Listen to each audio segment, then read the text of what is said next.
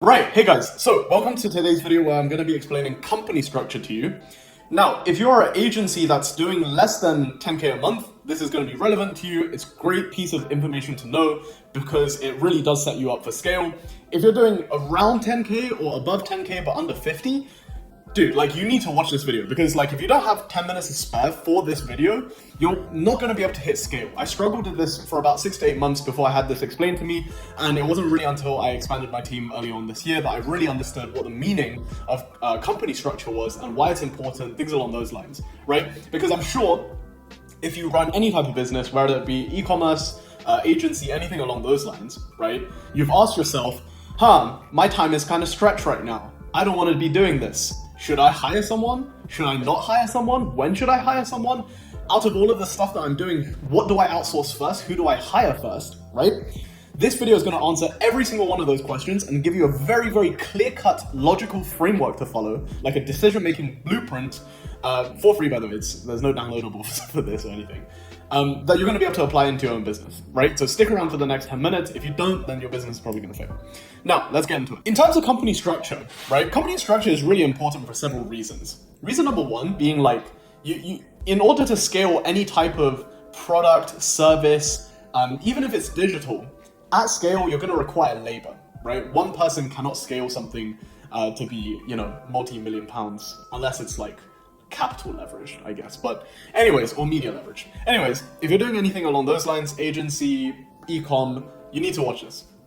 So the traditional way, the normal way people go about hiring is they do it in a really stupid way, I'll be honest, because what they do is they hire to replace themselves out of activities which they don't like doing, as opposed to replacing them out of activities that the business needs, right? So what I mean by this is, for example, a lot of people replace themselves out of things that they hate doing simply because they're not good at it. So for example, a lot of you guys watching this, if you're agency owners, you might be tempted to start hiring people to help with outreach straight away because it's painful. You shouldn't do that because you're not good at it. You don't know how to judge the person who's coming in to help you with that, who you're outsourcing it to, and it just becomes like a cyclical shitstorm, okay? What you need to do, and the most logical way to go about this, and this is where the decision-making framework comes in, is you would need to look at what you currently are doing, okay? So most businesses, what that looks like in the beginning is the founder is gonna be doing some sort of marketing, some sort of fulfillment in terms of either orders or delivering services if you're a service business, and basics of operations, right? So in the marketing realm, if you are a service provider, right, you're going to be doing lead generation in terms of sourcing the leads, finding the contacts, basically building your own database of leads, right? And then going out and setting appointments, booking sales calls for yourself, sales opportunities, right? And then handling the actual closing of the deals yourself. Now, each of these activities, you're going to see right here, right, it comes with a little dollar sign, right? Lead sourcing at the very highest level, I guess, the top of the funnel, I guess, right? Lead generation is a very cheap activity to outsource. Outreaching, appointment setting is slightly more complex, meaning it has a higher price attached to it, to the labor involved. Now, closing, this is going to be the thing that actually reels the fish in and gets the money into the bank account. As you can see, as you can imagine, that's going to be $3 signs, meaning it's the most expensive to outsource, right? So what most people do is they look at this whole process and they really struggle with the closing appointment setting stage. So they end up outsourcing those first because they hate doing it. Now, they don't actually hate doing it. They just suck at it, right? They find it difficult and they don't want to challenge that problem. So they think, I'm going to outsource it like all of the 4-hour work week people tell me to do. Why are you lying? So they end up outsourcing these two, and what happens is they get into the cyclical nightmare of they don't really know how to judge the team members. They end up firing a bunch of people who might have the opportunity to become good, and their business never grows as a result, right? And they lose money out of pocket. So what is the logical way to approach this? Well, you would list out all of the activities that you currently do and basically look at what your capacity is, right? What happens is once they free up their capacity, they end up doing nothing with their time. And this is why their business fails as well, because that's kind of what I did in 2020 and it didn't really work out. Here's how you would logically approach this, right? So imagine red being sales, on the marketing side, and then I'll put green as fulfillment, right? So in the beginning, you see that this much of your time is going towards lead gen, this much of time is going towards appointment setting, and this much time is actually going towards the sales, the closing stage, right? And the remainder of your time is basically going to be divvied up between client success, so CS, and account management, meaning the actual delivery of the services, okay? So you look at this in terms of order, right? In terms of your own capacity, you see that lead generation is taking up a significant portion of your time, okay? And it also just happens also to have the lowest price attached to the labor that costs you to kind of like outsource this, right? So the most logical way to decide is basically looking at what takes up the most of your time and also what is the cheapest labor to outsource. Because if you imagine the ROI on your own time, it's kind of like, for example, when you're working, right, you're doing income producing activities. When you're cleaning your kitchen, you're doing non-income producing activities. Let's say you're making £30 an hour or £100 an hour doing work, right? Whereas cleaning only costs £20 per hour to outsource. You would outsource that because it's cheap and it's time consuming, and you would do more work instead. This is the exact same approach you want to take when it comes to company structure and outsourcing and scaling, right? So in the beginning, there would be just you, right? There would just be you. Now you're at your capacity. You look at what the thing is taking the most amount of your time and what is the cheapest outsource. If you're an agency, most of the time, lead sourcing is going to be that, right? When I first began, I was spending 3-4 hours wasting my time lead sourcing when I could have just paid someone in like Pakistan or Philippines a few dollars an hour to kind of like do this for me, right? Not a very high ROI on your time, meaning you outsource it straight away, okay? Then you fill this time, right? You fill this time, you cannot just like, kick back and chill. You fill this time with either more appointment setting, right? Or you fill it with account management and client success, right? Because by virtue of you replacing lead gen, it means you have more demand for your service to the point where you don't need to be wasting your time on things like lead gen and appointment setting anymore. So you replace yourself out of this, right? Now, second time you hit capacity, because you're already, spending so much time setting appointments, your capacity kind of like, it starts to look like this, right? Appointment setting is taking up this much of your time, and probably sales closing is taken up a bit more because you're setting more appointments because you're spending more time doing it, right? Now, what do you outsource next, you might be wondering, okay? You'll probably end up outsourcing one of like either account management or customer success. Most likely it's going to be something to do with the account management side, because basically when I say account management, it just means implementation, right? So you'll probably want to outsource account management because that's probably going to be cheaper than outsourcing your appointment setting, because if your appointment setter does not meet quotas, then the pipeline starts to dry up, which affects the CS and account management side of things, right? So let's say you outsource an account manager. Now, there is one scenario where you would need to fractionalize labor, right? Because when you're fulfilling the service, let's say you're doing Facebook ads, right? You probably have a creative person, a media buyer, and like maybe a strategist. In the beginning, if you're fulfilling the service yourself, you're going to be playing all three roles, right? So when it comes to outsourcing, I know for a fact that media buying doesn't take up too much time. Strategy, if you really know what you're doing and if you have replicated results over many stores, again, it doesn't really take up too much time because you already roughly know how to do everything.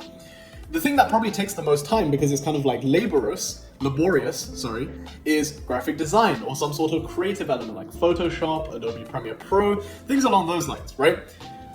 Because account managers are a very expensive role to hire for if you want someone who's like very holistic, right? Whereas graphic design is something that is relatively cheap to outsource, meaning you should outsource it first, right? So now what you've done is you've fractionalized the account management position into 3 different roles, right? So if we zoom in on the account management position, before it was just AM, right? But then once you isolate it down, you realize, oh crap, graphic design is taking up this much of the account management position, right? Meaning, if I just outsource graphic design, right, you would free up this much of your time to take on more accounts, okay? So this is basically the decision-making framework of how to decide who to hire and also when to hire. To put it simply, you hire when you're at your own capacity, And you find out who to hire by looking at where you spend the most time, and then also finding out what is the cheapest way of outsourcing that role to free up more of your time, okay?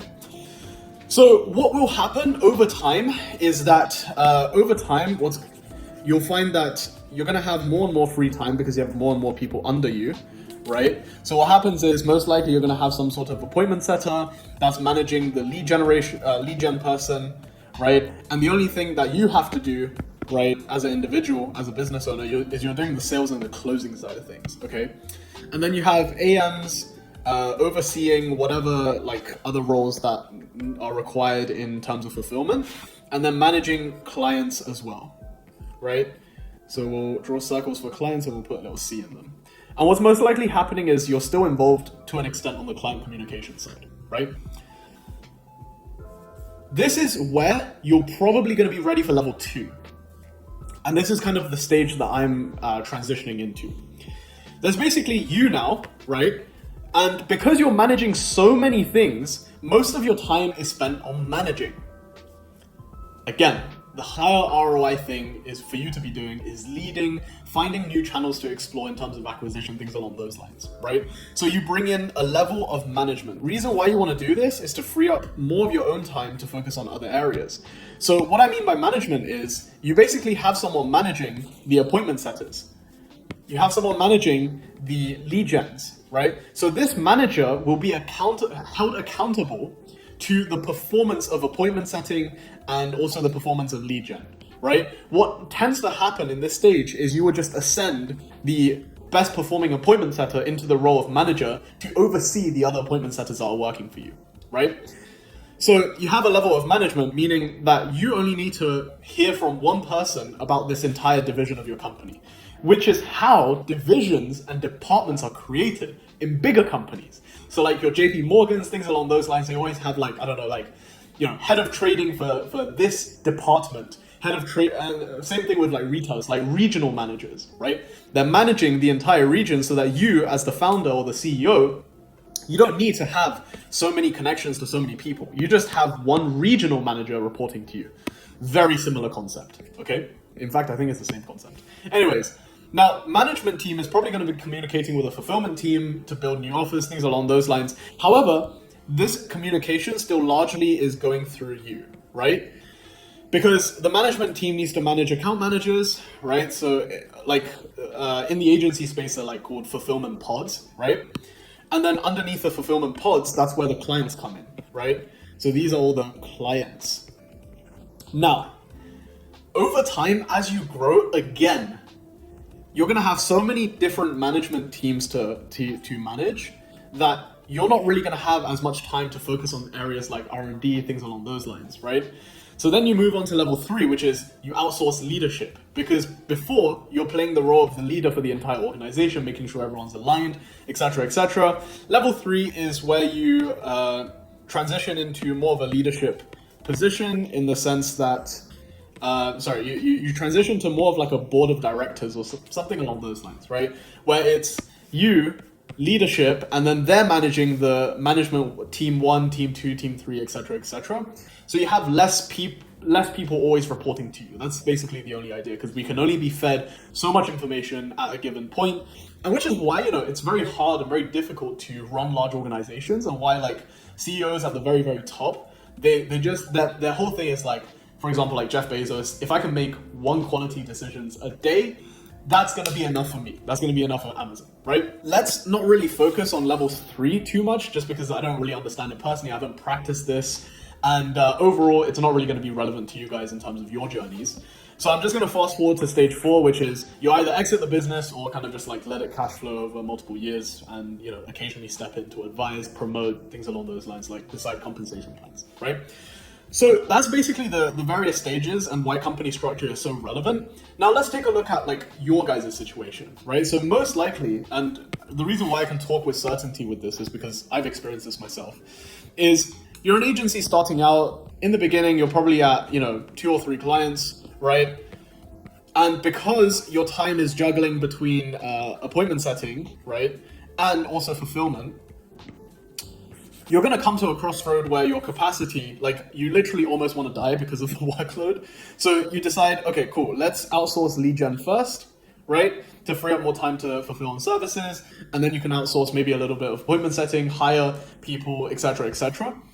One scenario that I haven't really covered is what to do when, let's say, you realize that appointment setting is the thing that's taking you the most time and is the lowest cost to outsource, but you don't really want to outsource it because like keeping the pipeline full is a very, very high ROI activity, right?